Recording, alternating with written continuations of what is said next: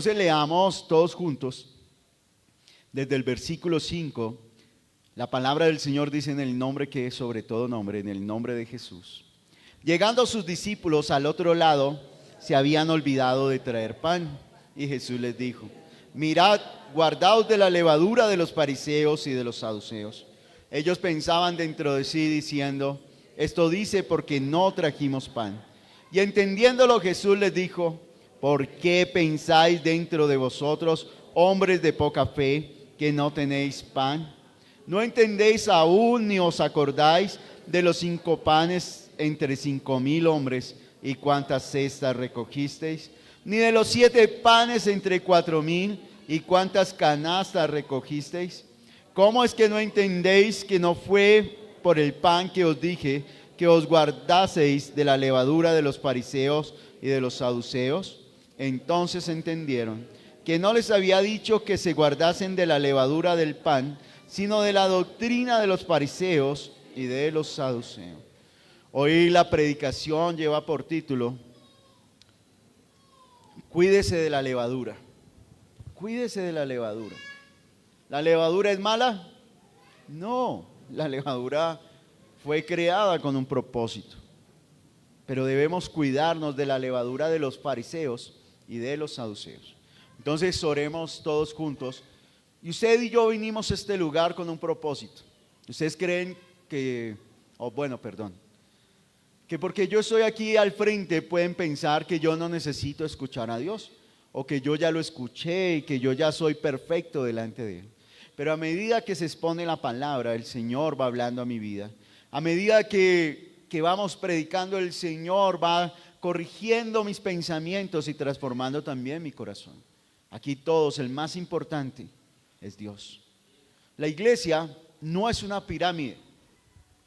En algunos lugares colocan la iglesia así: abajo está la gente y arriba están los pastores, o bueno, los apóstoles, profetas. Entonces todo el mundo les corre, pero la iglesia es al contrario.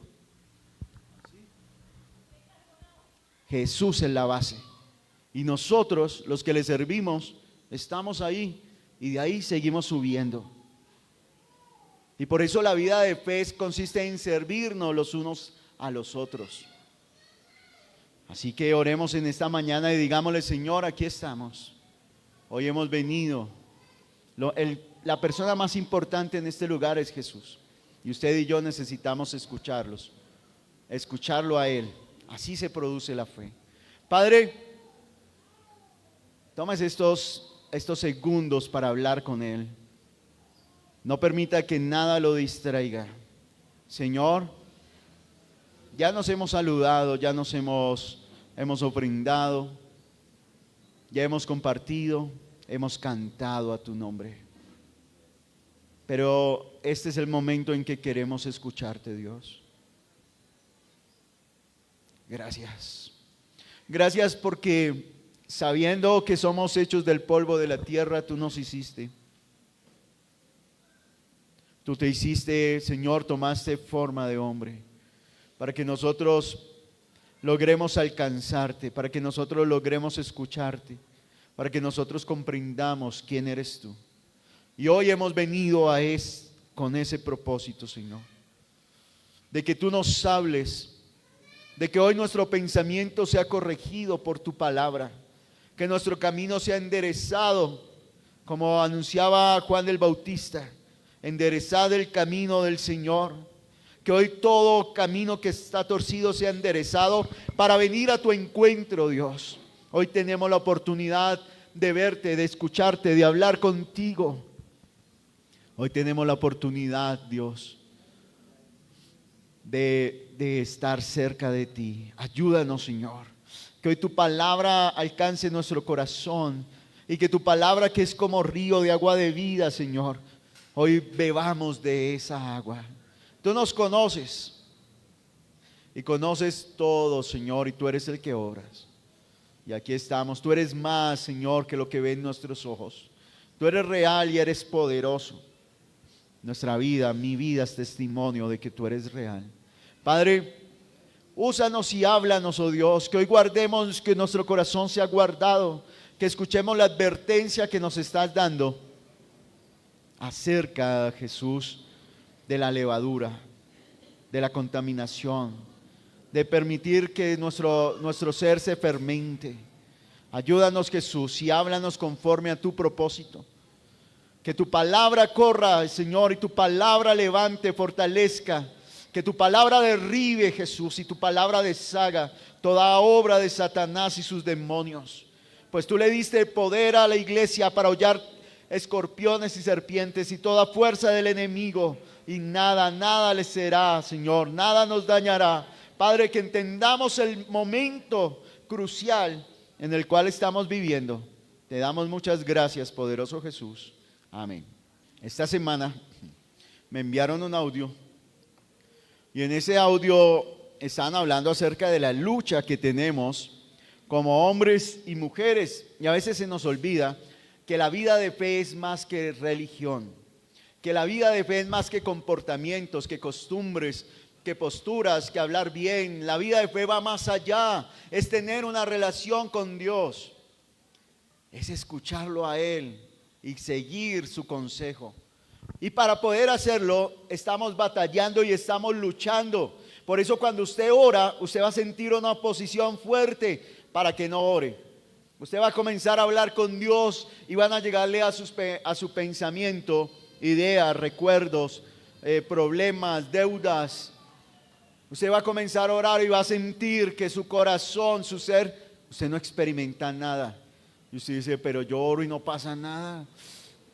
Y apenas está comenzando, apenas ha dicho Padre nuestro, o apenas está diciendo Señor, o como usted le hable a Dios, como le diga al Señor, y usted siente esa barrera y usted dice, no, mejor no ore, no oro. Eso quiere decir que Dios no quiere que yo ore, no, por el contrario. Dios nos está animando a través de su palabra a que vayamos y lo busquemos, a que vayamos a ese lugar secreto y allí derramemos todo nuestro ser delante del Señor.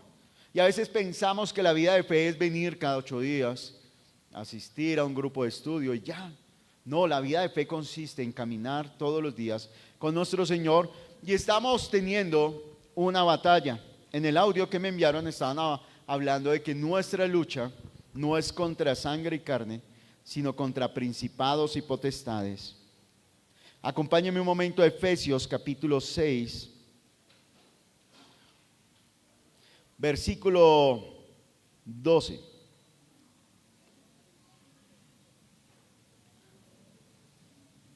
Dice el apóstol Pablo, está recordándole a la iglesia y le está en los versículos 10 y 11, les está diciendo, miren, fortalezcanse en el Señor, en el poder de su fuerza. Versículo, pónganse de 11, pónganse toda la armadura. Dios le entrega un vestido con el cual usted y yo podemos estar firmes contra las acechanzas del diablo, contra el engaño del diablo. ¿Qué es lo que quiere el diablo? Primero, si usted no conoce a Dios, que no lo conozca.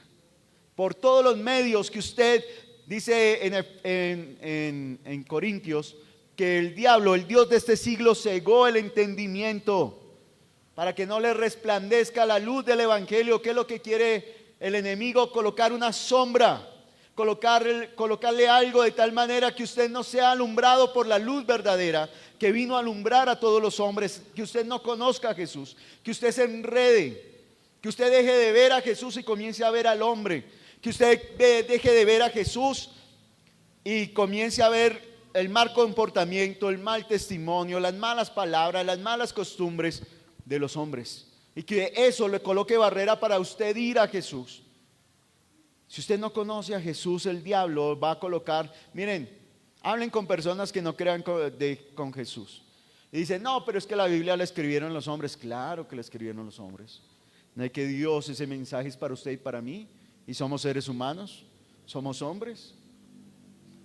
Si hubiera sido para los pájaros sería sonidos, sería un audio. Pero Dios nos creó con un propósito, nunca se le olvide eso. Y claro que la Biblia fue escrita por hombres, porque Dios los usó para dar a conocer su mensaje. Pero si usted ya conoce a Jesús, tratarán de impedirle que usted lea la palabra y que si la lee, la crea y la viva. Porque creer no es decir yo creo. Creer es caminar de acuerdo a la palabra de Dios. El diablo quiere oponerse, que usted no viva por la palabra, sino que usted viva por lo que siente, por lo que piensa, por lo que le dicen los demás.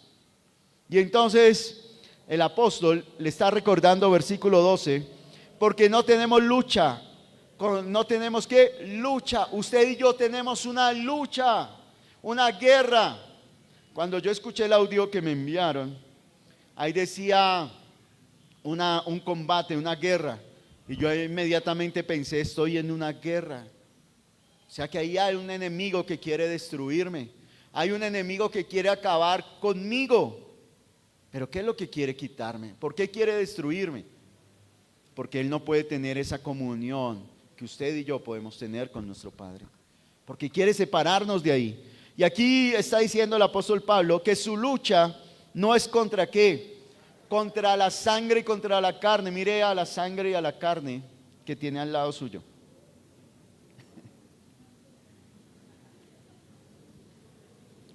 Su lucha y su pelea no es contra Él. No se le olvide. No se le olvide, miren, por eso la vida de fe es más que ser buena persona, es más que ser buen padre, buen hijo, buena madre, buen vecino, es más que ser buen empleado. La vida de fe va más allá porque su lucha no es contra la sangre y la carne, sino contra quienes, principados, potestades, contra gobernadores de las tinieblas de este siglo, contra huestes espirituales de maldad en las regiones celestes. Es contra esos seres espirituales que quieren separarlo, desviarlo, colocarle un pensamiento para que usted no confíe ni crea en Dios, para que usted se autoconvenza de que si usted es buena gente, Dios me va a dar un like. Y que ya estoy bien con Dios. No, es necesario orar sin desmayar. Jesús lo enseñó. Jesús, el Hijo de Dios, todos los días, antes de que saliera el sol, madrugaba ¿qué? A buscar al Señor, porque Él entendía esa lucha, esa guerra, porque el diablo ya había venido a tentarlo para separarlo, para desviarlo del camino que Dios le había puesto. Y si el Satanás, el diablo, el acusador, el tentador, el engañador, lo hizo con el Hijo de Dios, lo hará con usted y lo hará conmigo, claro, todos los días. Todos los días intentará hacer que usted no camine en la vida de fe, que usted se enrede en este mundo, que usted corra en estos tiempos. Y diciembre, bueno, casi todos los meses hay fiestas, pero en especial diciembre, por el tema de la Navidad, este mundo trata de atrapar a la gente y usted puede pararse nomás. En esta semana que se acerca el 24, deténgase un momento y observe a la gente. Y la gente va a comenzar a tener un afán. ¿Un afán de qué? De comprar. Un afán de dar, un afán de regalar, un afán de... Pero va de un lugar a otro y los que no tienen dinero se van a entristecer, se van a deprimir, se van a decir, no, pero eso, no, ¿para qué vivo? No, ¿para qué continúo? ¿Para qué si mire esta vida como está? Y hay otros que va a ser muy dura porque han perdido seres queridos. Sus familias no están. Pero algo que nos enseña es que la lucha no es contra las personas. Es que en medio de este siglo malo, que usted y yo perseveremos en nuestra relación con Dios. Versículo 13. Por tanto, tomad toda la armadura de Dios para que podáis resistir en el día malo, y habiendo acabado todo, ¿qué? Estad firmes. Mire la lucha que quiere, que usted ya no esté firme, que usted se debilite, que usted no crezca, que usted no persevere hasta el fin, para que usted resista en el día malo. Y luego va a terminar, ahí describe toda la armadura, versículo 18. Leámoslo todos juntos, por favor. Orando en todo tiempo, con toda oración y súplica en el Espíritu, y velando en ello con toda perseverancia y súplica por todos los santos. Mire lo que está diciendo el apóstol Pablo, que está diciendo, orando ¿cuándo? En todo tiempo, no solamente en el lugar secreto, sino cuando usted va caminando, cuando va en el medio de transporte, cuando está trabajando, cuando está estudiando. En todo tiempo su vida, mi vida, debe estar en constante comunión, comunicación con Dios. ¿Cómo debemos orar? Con súplica en el Espíritu. Acuérdese que usted es espiritual. Acuérdese que la oración no es mecánica, no es un rezo, no es repetir, no son palabras mágicas. La semana, hace un mes, mejor dicho, yo recordaba a mí cómo me enseñaron a orar y me daba pena con Dios. Yo le pedía perdón a Dios por esas oraciones, porque a mí me enseñaron a orar y es que cuando yo oro, si Dios no quiere responder, entonces entre más yo ore, pues le doy a doblar el brazo hasta que Él diga sí, sí, está bien, me duele y le voy a contestar. No, a mí me enseñaron también a orar con el Padre Nuestro y me dijeron, mire, el Padre Nuestro es una guía y si usted quiere que Dios le conteste la oración, lo que debe hacer es lo siguiente. El Padre Nuestro comienza así: Padre nuestro que estás en los cielos, santificado sea tu nombre, venga a nosotros tu reino y hágase tu voluntad, como en el cielo, así también en esta tierra. Así comienza. Entonces esa primera parte es que usted ore y dígale cosas bonitas a Dios. Dígale: Dios, tú eres grande, tú estás en las alturas, tú gobiernas por todo, por encima de todo, no hay nadie que se compare a ti. Dígale cosas bonitas. Y cuando usted le diga cosas bonitas a Dios, entonces Dios se va a emocionar, Dios se va a alegrar. Y cuando Dios esté contento, entonces pídale. Ahí sí le pide y Dios le va a responder.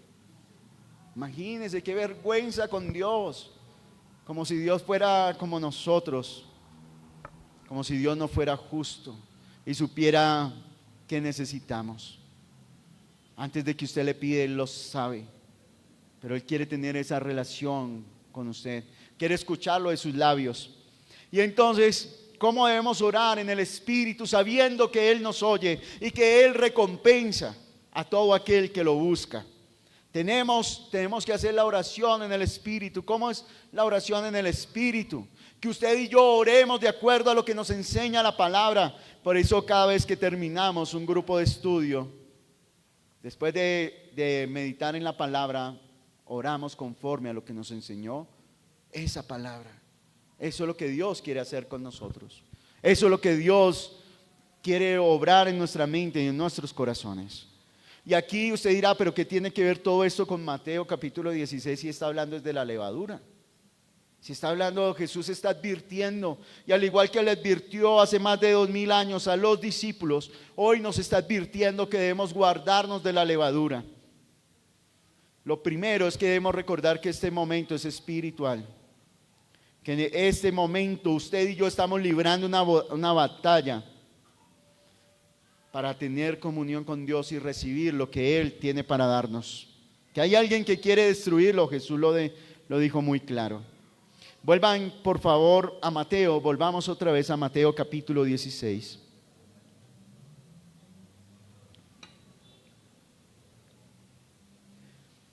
Y vemos que hay dos grupos de personas que se le acercan a Jesús. Estaba la multitud, están los discípulos, pero hay dos que resalta Mateo. Uno son los fariseos y los otros los saduceos. Fariseo no es como nosotros lo comprendemos, que es el que espera que demos la vuelta para apuñalarnos, para herirnos, para matarnos. No, ese no es el fariseo. El fariseo era un hombre piadoso, un hombre que conocía la palabra de Dios y quería quería hacerse más santo a través de su propia justicia.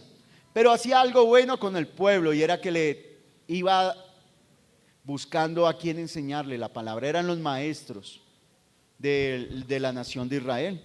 Ellos iban y se preocupaban, visitaban a las personas y querían que esas personas vivieran en comunión con Dios. Estos eran los fariseos. Pero como ellos le añadieron a la palabra de Dios, se sintieron más buenos y que no necesitaban a Jesús. Ellos tenían el poder religioso. Lo que usted y yo, cuando leemos el Evangelio, usted va a encontrar que los fariseos les prohíben a la gente creer en Jesús, que si creen los van a expulsar de la sinagoga, que no los van a volver a saludar, que que los van a condenar. Y la gente, por miedo a ellos, pues no se decidía a seguir a Jesús. No se decidía a creer que Él era el Mesías. Entonces los fariseos tenían un poder religioso, un poder en la ley, en cuanto a la ley. Ellos se habían hecho esa posición y eran los aclamados, eran los que respetaban, se vestían con vestiduras hermosas. La túnica tenía una medida y ellos la alargaban. Las filacterias, las cuerditas, los cordones que colgaban de sus mantos los alargaban para que la gente dijera: uy, este hombre cómo guarda la ley, cómo la vive. Y los veían con honor, con respeto, y lo que ellos decían para el pueblo era verdad. Tenían un poder y creían, hace 15 días lo vimos, creían en la resurrección, en los ángeles, creían que Dios iba a enviar el Mesías. Ellos lo creían, pero también dice allí que vinieron. ¿Quiénes más vinieron?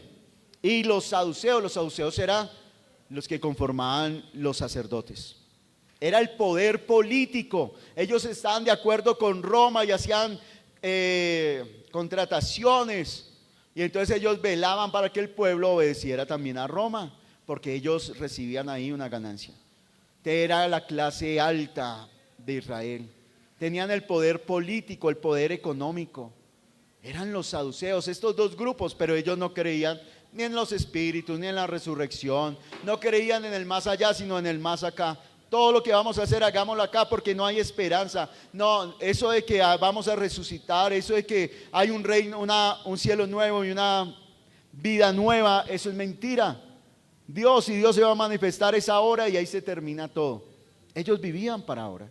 Y entonces dice que estos dos que tenían enseñanzas contradictorias, ¿qué sucede? Vinieron los fariseos y los saduceos, ¿para qué? Para tentarle. ¿Qué pasó? Se unieron. ¿Por qué dos enemigos, dos personas que piensan diferente, que van por camino diferente, deciden unirse? ¿Para qué? Y aquí viene la primera pregunta que usted y yo debemos hacernos. Bueno, la segunda, la primera es: ¿usted está consciente de que es un ser espiritual? Y que lo que está viviendo no es solamente en su carne, sino en el espíritu. Que el que no lo deja orar, buscar, congregarse, disfrutar, es más que físico, es espiritual. Y lo segundo es: ¿cuál es la intención? ¿Cuál es la intención? Usted y yo, ¿por qué vinimos hoy aquí a este lugar? ¿Cuál es la intención? Estos dos enemigos se unieron para ponerse en contra de Jesús. ¿Qué querían? Tentarlo. Imagínense cómo ellos están viendo a Jesús. Algunos dicen: no, es que Jesús le quedó fácil, pues era el Hijo de Dios. Sí, Jesús era el Hijo de Dios, pero todos los días oraba y buscaba tener esa comunión con el Padre. Pero es que Jesús por eso no pecó, porque es que Él, como ser Hijo de Dios, pues tenía todo de Dios. Pero ¿cómo lo estaban viendo estos hombres a Jesús? Como alguien inferior a ellos, porque venían ¿a qué? A tentarlo. Decían: a este lo podemos colocar trampa, a este podemos venir y podemos hacerlo caer, hacerlo equivocar. Y entonces ellos le dijeron: queremos ver una señal del cielo que demuestre que tú sí fuiste enviado de parte de Dios. ¿Y sabe cuál es la señal del cielo?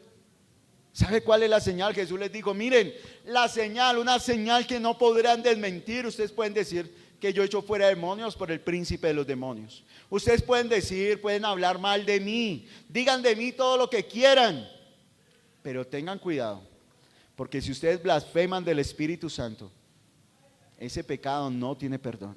Usted y yo venimos a este lugar con un propósito, no solamente por este cuerpo para que el Señor nos sane, sino porque queremos tener una relación con Él firme, estable. La vida en el Espíritu. Jesús dijo: yo he venido para que tengan vida y la tengan en abundancia.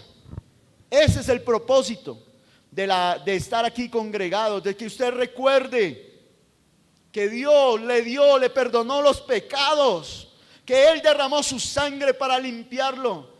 Que entendamos lo que cantábamos hace un momento: Jesucristo basta. Dice ahí: fuimos alcanzados por su grande amor.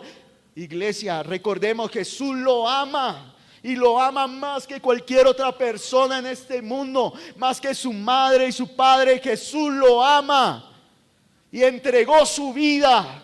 Y si podemos entender eso, nuestra relación va a cambiar con Dios. Jesús no vino para juzgarlo, para condenarlo. Él vino para limpiarlo, para rescatarlo, para quitarle todo aquello que este siglo malo, con lo cual quiere oprimirlo y quiere destruirlo. Jesús lo ama. Jesús lo ama y entregó su vida allá.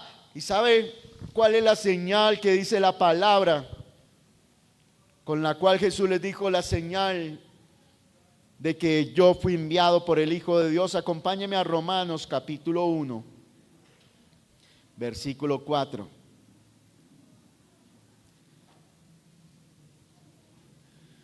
Es diferente cuando usted se acerca a alguien con el cual tiene algún asunto pendiente. Pero cuando usted se acerca a Dios, mire, el Señor lo limpió. ¿Y para qué lo limpió? ¿Para mandarlo lejos? No, el Señor lo quiere cerquita, muy cerca, muy cerca. Él está aquí y quiere no solamente sanar su cuerpo y darle trabajo, no, Él tiene algo más importante que darle: una vida eterna junto a Él. Romanos capítulo 1, mire lo que dice: Pablo, siervo de Jesucristo, llamado a ser apóstol, apartado para el evangelio de Dios. ¿Qué está diciendo Pablo? Que él fue llamado y que además que fue apartado. Para muchos de los que están aquí ya apartaron lo que van a hacer el 24. Ya apartaron la cena, ya apartaron la boleta. ¿Por qué? Porque la sacaron de un lugar y la colocaron en otra y dijeron: esto es para esto. Esta boleta, yo, mi vida. Y aquí está diciendo que Pablo fue apartado, fue sacado de un lugar, fue llamado para que realizara una labor, fue colocado en un lugar. ¿Para qué? Para el evangelio de Dios. Pablo, el sentido de la vida de Pablo, ¿cuál fue? Vivir para el evangelio. El Señor nos aparta. Usted, ¿por qué no está hoy viendo fútbol? ¿Por qué no se fue a ciclovía? ¿Por qué no se fue a desayunar? ¿Por qué no se fue? ¿Por qué está aquí? Porque el Señor lo apartó para el evangelio. Lo apartó para conocerlo a Él, lo apartó. Le está dando el privilegio de estar delante de Él y escuchar su voz. Y dice Pablo: yo fui apartado para el evangelio de Dios, que Él había prometido antes por sus profetas en las santas escrituras. ¿De qué habla el evangelio? Versículo 3: acerca de su Hijo, nuestro Señor Jesucristo. Mire, el evangelio, ¿de qué trata? ¿Cuál es el tema del evangelio? Que usted y yo conozcamos cada vez más ¿a quién? A Jesús. A Él es al que debemos conocer. Que usted camine todos los días. Y ya dentro de un momento vamos a hacer unas preguntas que nos van a llevar a reflexionar a ver acerca de cuánto usted conoce a Jesús. A saber cuánto usted conoce al Hijo de Dios, al evangelio. Dice acerca de su Hijo, nuestro Señor Jesucristo, que era del linaje de David según la carne, que fue declarado Hijo de Dios con poder, según el Espíritu de santidad, por la resurrección entre los muertos. ¿Cuál es la señal que le dio Dios a los hombres, demostrando que Jesús es Hijo de Dios? La resurrección, el volverlo resurrección, también se define como ponerse de pie, volverse a levantar. Y cuando Jesús fue muerto, el Padre lo levantó diciendo: este es mi Hijo. ¿Y sabe cuál es la diferencia entre la resurrección de Jesús y los otros, como Lázaro, como la hija del noble? ¿Sabe cuál es la diferencia? Que Jesús no vuelve a morir, venció la muerte, resucitó para estar siempre delante del Padre y delante de nosotros. Esa es la señal inequívoca de que Jesús es el Hijo de Dios. Acompáñame nuevamente a Mateo capítulo 16.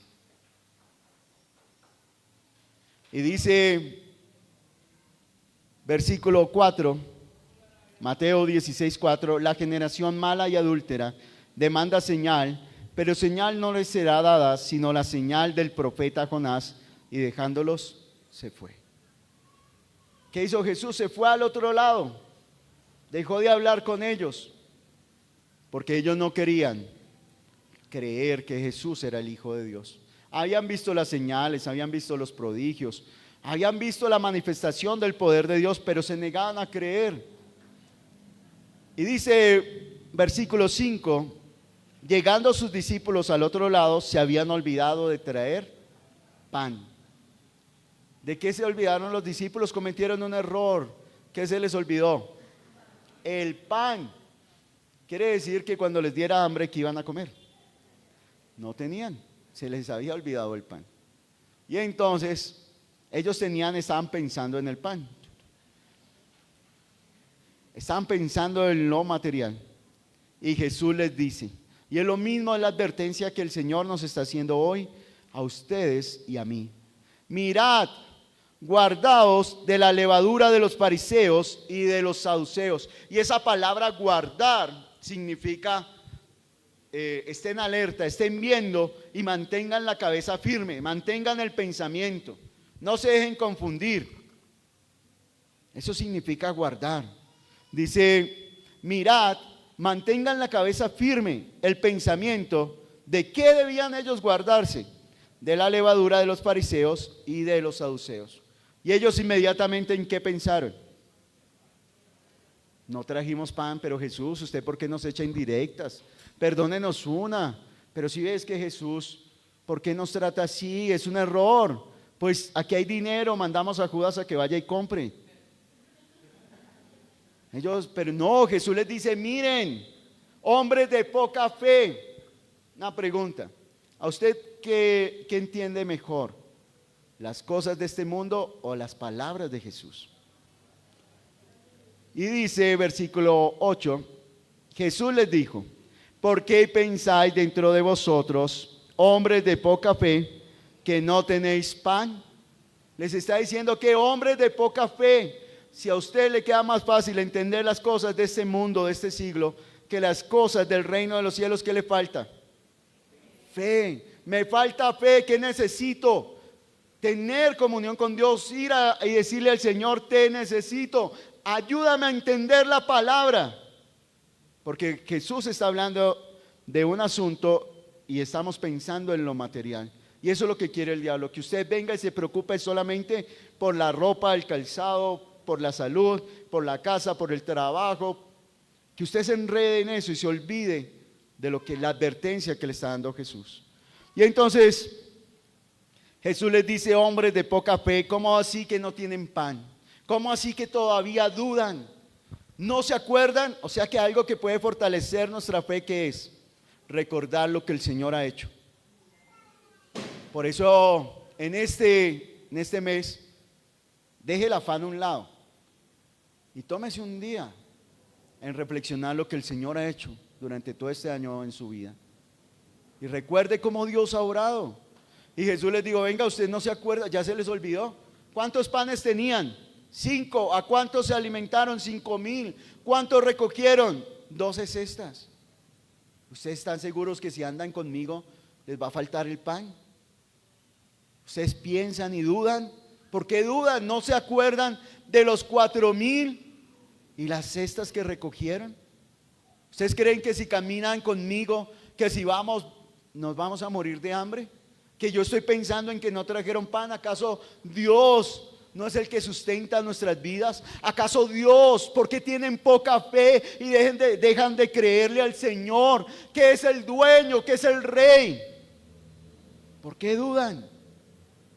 ¿Por qué todavía piensan, no, es que yo tengo que hacer y tengo que hacer y tengo que hacer? Señor, es que perdóname porque no traje pan. Y entonces Jesús les dice, hombres de poca fe, para entender lo que el Señor nos dice necesitamos fe. Miren, usted lee la palabra, no la entiende, ¿qué debe hacer? Va a preguntarle al pastor. ¿Sí? No. Miren, a mí el pastor John me ha explicado varias cosas que no he entendido, pero no me quedan claras.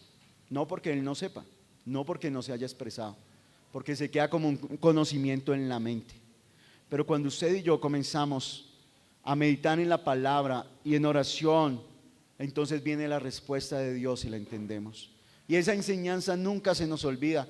La que nos dan los hombres sí, pero la que nos da Dios no. Si usted recuerda cuál fue la primera predicación de este mes, ya no se acuerda. Pero si usted medita esa palabra en su corazón, no se le va a olvidar. No se le va a olvidar porque no es palabra de hombre, es palabra de Dios. Y entonces si usted quiere entender, si queremos entender la palabra de Dios, debemos ir a Él en oración y decirle, Señor, ¿qué significa esto y para qué me sirve a mí? Y esa palabra va a estar allá en su corazón guardada y firme. Y entonces Jesús les dice, versículo 11, ¿cómo es que no entendéis que no fue por el pan que os dije que os guardaseis de la levadura de los fariseos y de los saduceos? ¿Por qué ellos no podían entender lo que Jesús les estaba diciendo? Aunque los fariseos y saduceos ya estaban lejos, estaban al otro lado, pero Jesús vio en ellos, vio en sus discípulos un peligro y los advierte. Y hoy también nos está advirtiendo del mismo peligro, que está diciendo que así como los fariseos, que lo que tenían la levadura que tenían los fariseos y los saduceos, podía estar en ellos. Que se cuidaran de contaminarse de eso.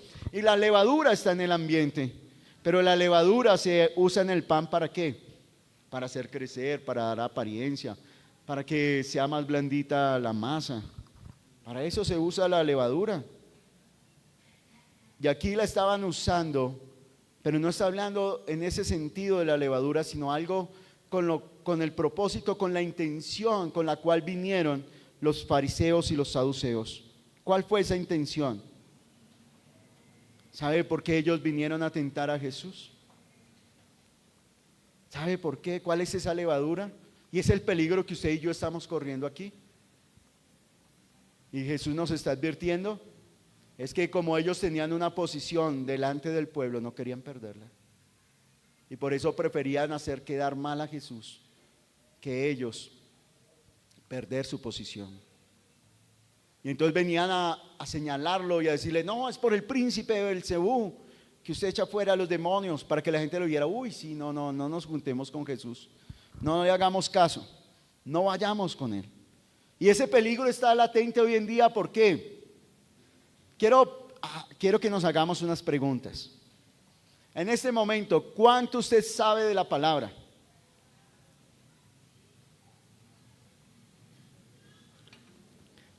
Si le pregunta a una persona afuera y le dice, bueno, ¿y ese libro que usted carga ahí qué es?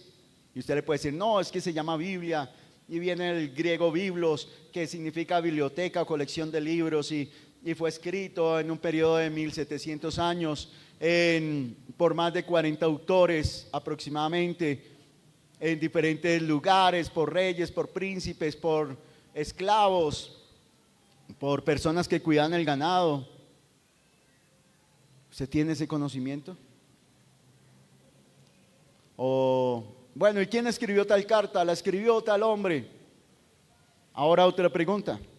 ¿Cuántos versículos se sabe de memoria de la palabra? ¿Cuántos versículos? Ahí está Bernardo para que le compita.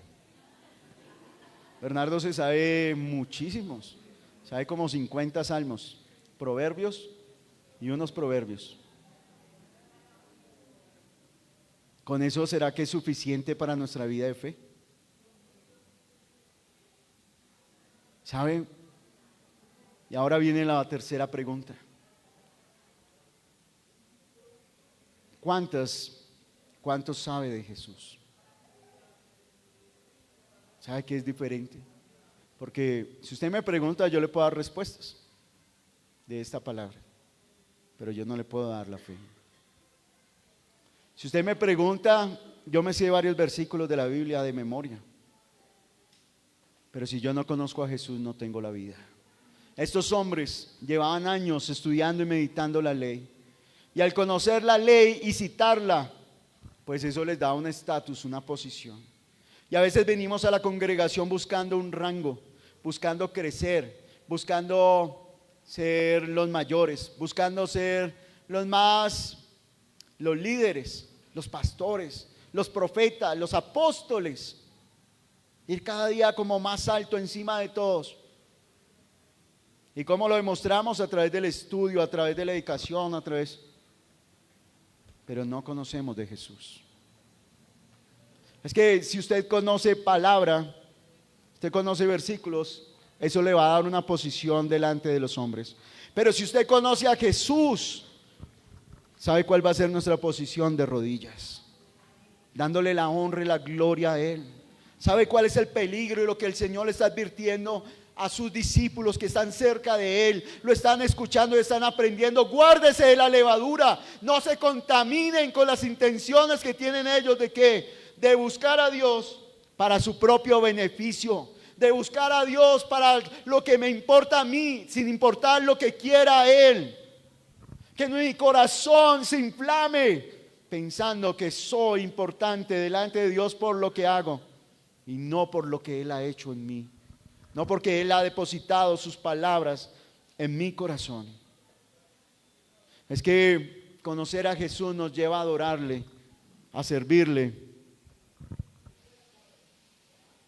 Y ahí nosotros debemos entender la diferencia entre significado y definición. Usted me puede decir la palabra, ¿cuál es la definición de la palabra santo? Y es como dijo Pablo, es aquel que ha sido apartado con un propósito. Esa es la definición. Pero ¿sabe cuándo esa palabra se vuelve real? Cuando cobra un significado en nuestras vidas. Cuando es mi corazón el que se aparta, cuando viene la tentación, cuando viene la prueba, usted decide, no, mi vida le pertenece al Rey de Reyes y Señor de Señores. Cuando usted siente la oposición para orar, usted dice, no, voy a orar más porque mi vida depende de Dios. No dependo de mí, ni dependo de este mundo, ni dependo de este siglo. Dependo de ¿quién? Del Dios eterno, del Dios poderoso. Por eso la advertencia que nos está haciendo hoy Jesús es clara y es certera. Versículo 12. Entonces entendieron que no les había dicho que se guardasen de la levadura del pan, sino de la doctrina de los fariseos y de los saduceos. Que se guarden de eso que quiere enseñorearse de nuestro corazón y quiere tener un significado, quiere ser más importante que Dios y su palabra, que la voluntad de Dios en nuestras vidas y en nuestros corazones, en nuestros pensamientos. Que debemos guardarnos de no contaminarnos de creer, quitarle el lugar a Jesús en nuestro ser y colocarnos nosotros en ese lugar. Eso es lo que el Señor nos está advirtiendo en esta mañana como iglesia. Buscar tener una posición más alta que Jesús en la congregación.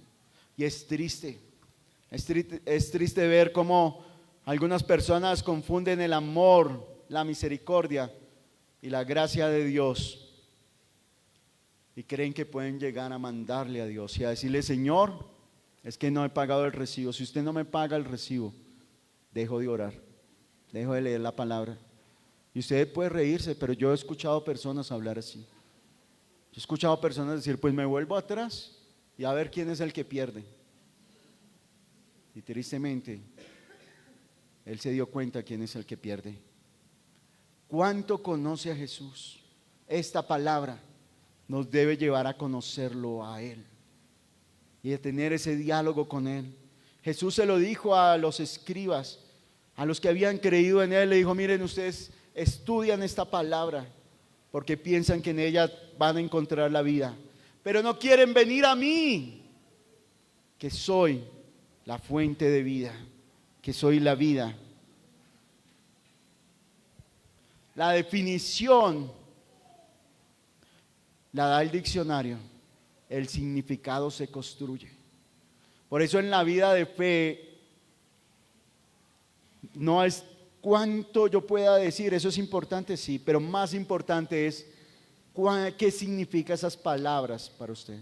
Cuando usted está cantando, y Pablo por eso le decía a la iglesia, canten en el Espíritu. Canten en el Espíritu, oren en el Espíritu, vivan por el Espíritu. ¿Por qué? Porque no es con la mente solamente, es con todo el ser. Que de verdad cuando usted le diga a Jesucristo basta, usted puede experimentar en su vida que el Señor es suficiente. Que con Él lo tiene todo, que usted le diga mis pecados perdonó y su herencia me entregó, Él es suficiente para mí, con Él lo tengo todo. ¿Y sabe qué dice Jesús? Las demás cosas vienen por añadidura. Pero ¿sabe cuál es la levadura? Que usted y yo queramos la añadidura y dejemos a Jesús a un lado. Que la levadura, dejarnos contaminar por la levadura de los fariseos y saduceos es: Señor, demuéstreme que usted es Dios, demuéstreme que usted sí me ama, demuéstreme que sí quiere lo mejor para mí, cuando Él ya lo hizo hace más de 2000 años. Y todos los días, aunque seamos infieles, Él ha estado ahí. Él ha estado ahí, recordándonos su palabra, mostrándonos su amor, su misericordia y su verdad. Él nos ha librado del lazo del cazador, de la peste destructora. Y por último, quiero que me acompañen al libro de los Salmos. El salmo que leímos hoy, Salmo 119.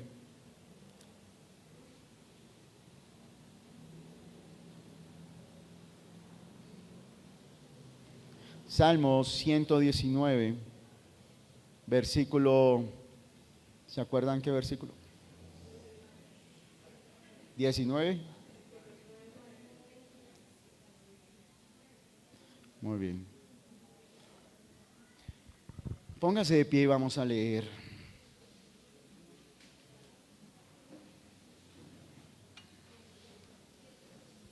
Salmo 119 desde el versículo 9. Y vamos a leerlo conscientemente, usted léalo conscientemente. Que esta palabra cobre significado en su vida, no solo una mente y una definición. Dice el versículo 9, ¿con qué limpiará el joven su camino?